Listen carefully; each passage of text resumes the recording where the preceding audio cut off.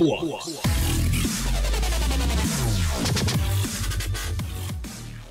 Hey guys, it's Flux here, and welcome back to the Palm Springs Let's Play. I guess it's called that. I don't know. I always mix this up. Anyway, we're back in the park. I know it's been so long since I've recorded this last. I apologize in advance, guys, but we are here now, so not to worry. And here it is. This is the Ripjaw ride that I did a POV on. It seems like so long ago now. I'm actually really happy with this ride. Probably one of my all-time favorites that I've built so far. Really happy with it. I don't know. I think that all the time I spent on it finally paid off. I'm pretty happy how the supports turned out and everything. It was inspired by Stratolaze and Deskills, I think is what his name is. I don't know. But Stratolaze, I'm probably pronouncing it wrong. He was the guy that kind of mainly inspired me to do all this stuff. He does a lot of rides like this where they're just supports everywhere. Sorry if this is so loud. Actually, I need to back out of this. He has lots of rides where the supports are very dense and there's, you know, craziness going on. I know I also use a lot of trees in this one. Don't worry. I'm not just gonna do that, you know, spam trees everywhere kind of thing like you usually do. I'm gonna try and layer it. I just wanted to be like a really dense jungle, kind of like well, like you'd expect a jungle to be. So that's why I did it the way I did. I think this loop turned out probably the best of all of the inversions in this ride, but I figured I'd talk about it a bit just because I got a lot of comments saying I should. So I mean, yeah, here it is. I put a lot of work into some of these little spots that you don't even see really in the ride, but you know, like little booster sections right here where it launches it back into this loop right here, you know, things like that. But anyway, on to what we're gonna do this episode. So before I even start, I thought I should mention that in the interest of getting more episodes out, I'm gonna try and release more frequently than I've been doing in the past, which is like maybe once a week that I've been releasing these episodes.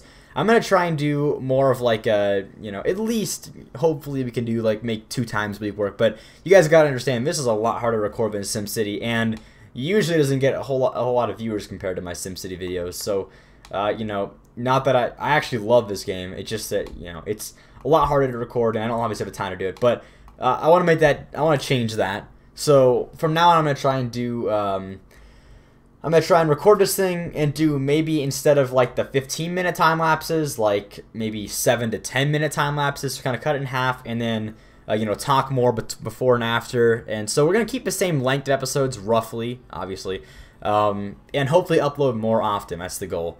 So getting past that, let's look at what we're gonna do next. So I do want to continue off in this direction here, just make a little corner back here for where the coaster is. Luckily, oh god, I'm so happy.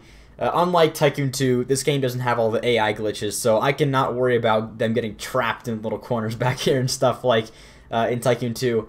So that's great. I do plan on opening this park by the end of the episode today. That's the plan anyway. We'll see if we can get that going, because I do know that the park is a lot better if you do that. I got my little turnstiles and everything all here and ready to go, so we can open it whenever we want.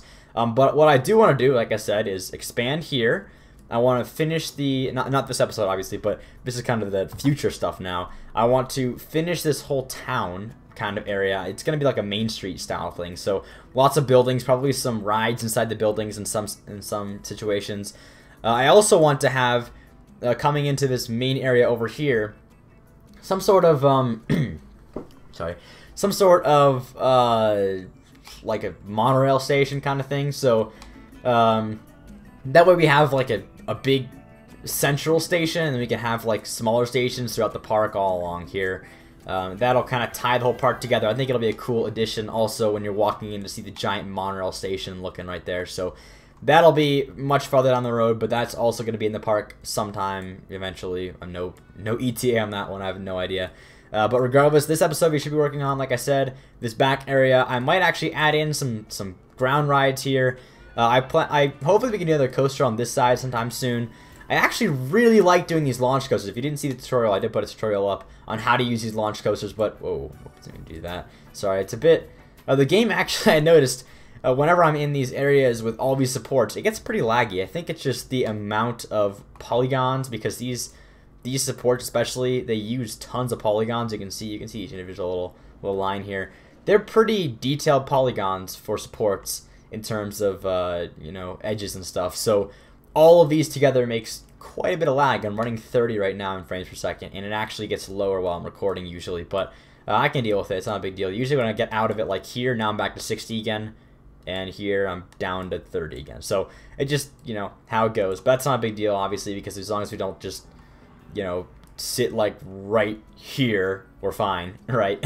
So anyway, back to what I was saying though. If you haven't seen my tutorial on how to use these launch coasters, God, I never really did it before, but I'm a huge fan now, especially since I learned how to use these billboards properly. The you know, this Ripjaw thing, definitely fun. So I'm gonna definitely have another, at least one more, if not more, launch coasters in my park.